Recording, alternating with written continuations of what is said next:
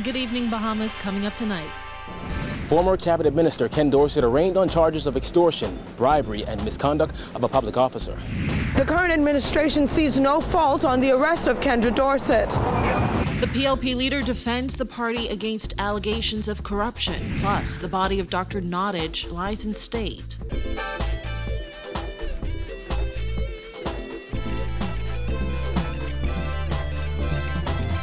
Our news is brought to you by Alive, the nation's newest and best LTE network. Good to be alive. Welcome to our news, and thanks so much for joining us. I'm Paige McCartney. At the top of news tonight, from the halls of Parliament to behind bars, former Southern Shores MP and Environment Minister Ken Dorsett was today brought before the courts after spending the night in police custody. He was charged with numerous counts of bribery and extortion today. Kyle Joaquin has the story. I do not believe that they understand what they have done today. Wayne Monroe, QC, the attorney for former Environment Minister Ken Dorsett, telling reporters outside court that the government has set a serious tone with Dorsett's arrest. The 46-year-old was charged with 4 counts of extortion and 4 counts of bribery. It is alleged that sometime between March 1st and May 9th, Dorsett demanded $120,000 from Jonathan Ash, knowing that he was not lawfully authorized to do so. It is also alleged that Dorsett, while at the sanitary landfill in his capacity as a public servant, without lawful authority or reasonable excuse, accepted the same amount from the contractor. He pleaded not guilty to the extortion charge. However, because bribery is an indictable offense, Dorsett wasn't allowed to enter a plea and must go to the Supreme Court to apply for bail. The ex-cabinet minister also faced a 9th charge, misconduct of a public officer. It is alleged that during the stated period while acting as a public officer, Dorsett willfully misconducted himself, amounting to an abuse of the public's trust without reasonable excuse or justification. Dorsett's attorney had a few concerns. One was that some of the charges were duplicitous, speaking to the same offense. As for the charge of misconduct of a public official, Monroe said he can't concede to it because at this point, there is no such offense in the country. Throughout his court appearance, Dorsett showed no emotion. Because bribery is an indictable offense, bail could not be granted in the magistrate's court. However, our news team understands his bail hearing has been expedited and is scheduled for tomorrow morning. But that's just one aspect, says Monroe. There'll be a step of bringing action against the police for the detention of private property, breach of privacy, and I'll have to take instructions on whether we make complaints to the OAS body about this event that has just happened. Monroe made a formal complaint that police unlawfully seized 3 of Dorsett's cell phones without producing a warrant. Jonathan Ash is the contractor Prime Minister Minute said received millions of dollars in contracts for post-Hurricane Matthew cleanup. What I would say categorically is I expect if a member of the public is to come out and say, without producing one check, without producing anything, that the Prime Minister of the Bahamas, Hubert Minnis, or any of his ministers has solicited anything from them, that the police will arrest them, that the police will detain them overnight, and that the police will charge them. If it could happen to Mr. Dorsett, it ought to be able to happen to the Prime Minister.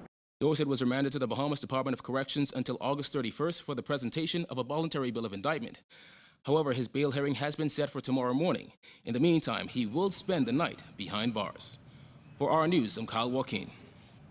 While senior members of both the Progressive Liberal Party and Free National Movement reacting to Dorsett's arrest today, April Sands has that story. Well, ministers draw a huge line on the arrest of former MP Kendra Dorsett, calling it justice and not political. They say today you, tomorrow me. On the heels of her former cabinet colleague's arrest, Engliston Member of Parliament Glenys Hannah Martin said, while they must allow the process to take its course, it is important to separate politics from our respective institutions. The Minnis administration has been accused of embarking on a political witch hunt. However, Hannah Martin said she hopes what is happening is not part of a political exercise. Every administration chooses its priorities. This has been apparently one of the priorities, and not other things that they have highlighted as priorities in the campaign. And so I cannot comment on it except to say that we have to ensure that that what is happening is not part of a political exercise, and that while it may be policy, that it's not political. The former cabinet minister says, given the political undertones, they must ensure that all of the country's institutions are without a sale. That would be my only concern, that we have to assure that. We're a very small community, and we're fresh out of an election, and we have to assure that we do not go in that direction. I don't know the facts of this particular investigation, so I don't want to comment on the merits one way or the other, except to say that it is critical as Bahamians that our institutions that are without any assail at all, that they remain the objective institutions that protect you, that protect me, that protect my constituent from Miami Street, that protect any person, including a Ken Dorsett. Minister of National Security Marvin Dames insisted that the Minnis administration is all about doing the work of the people and will not be distracted. I'm perplexed by the fact that people feel that, I mean, this is something that cannot happen. There are laws on the books, and wherever there are laws on the books, then those responsible for carrying out the job of ensuring that people uphold those laws ought to do their jobs. Dorsett's arrest comes almost 2 months after former BAIC chairman Dion Smith and other employees of the corporation were arrested in relation to a theft probe. No charges were ever brought against any of those persons from BAIC. Reporting for our news, I'm April Sands.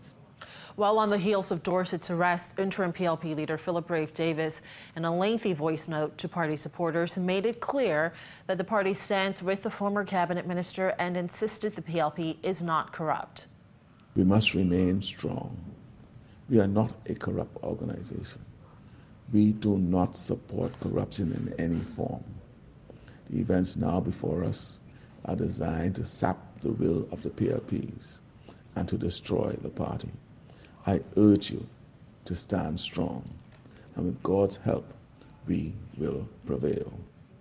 Well, Davis pleaded with party supporters not to be provoked by the angry exchanges and slurs, which he predicted will ensue in the coming days. He also urged authorities to ensure that justice is done, and this is not a witch hunt from the FNM's election campaign playbook. When you look back at what the Free National Movement has done in all its previous terms in government, rather than concentrate on improving the economy and providing jobs for the country, they engage in victor's justice and vengeance politics.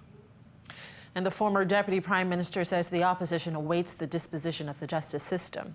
While Dorsett's arrest and subsequent arraignment come as senior members of the Progressive Liberal Party prepare to bid farewell to former Cabinet Minister Dr. Bernard Nottage, whose body lie in state today.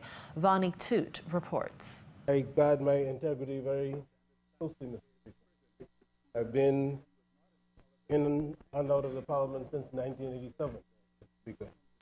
And like George Washington, they say, I never told a lie in Parliament. After spending many years in the House of Assembly, former Bainstown and Grantstown MP Dr. Bernard Nottage made his final visit to these hallowed halls of Parliament before he is laid to rest. Parliamentarians past and present lined up today to pay their respects to the man remembered for his commendable contribution to sports, medicine, and politics. Engliston MP Glenys Hannah Martin, who served alongside Nottage in 2 Christie cabinets, says his death is a poignant reminder that life is a limited journey. Dr. Nottage, I think I could say he made the most of that journey. He really, really put a lot of his human energy during his existence as a human being. He was one of the early physicians in our country, and could have really stayed and got richer and richer. But instead, he stepped forward public life. Hannah Martin says at a time when politics has become so toxic, she hopes that more will be done to celebrate dedicated public servants like Bernard Nottage. I hope that it serves as an opportunity for us to begin to hold up people who do good for our country. I think that the politics has become so toxic that we have a tendency to juke chap mashed down. And maybe there's a place for that in politics, I don't know, but at some point, being the small country that we are and being all interconnected and related as we are, that we'll move to a plane where we can, without partisanship, appreciate each other on both sides. Fellow physician and Minister of Health Dr. Dwayne Sand says Nottage was a consummate physician and progressive thinker who pushed for access to family planning. But that's not all he will be remembered for. Notwithstanding our political differences, we would have had a number of conversations where it was very clear to me that he was not only patriotic, but he was a real nationalist at heart.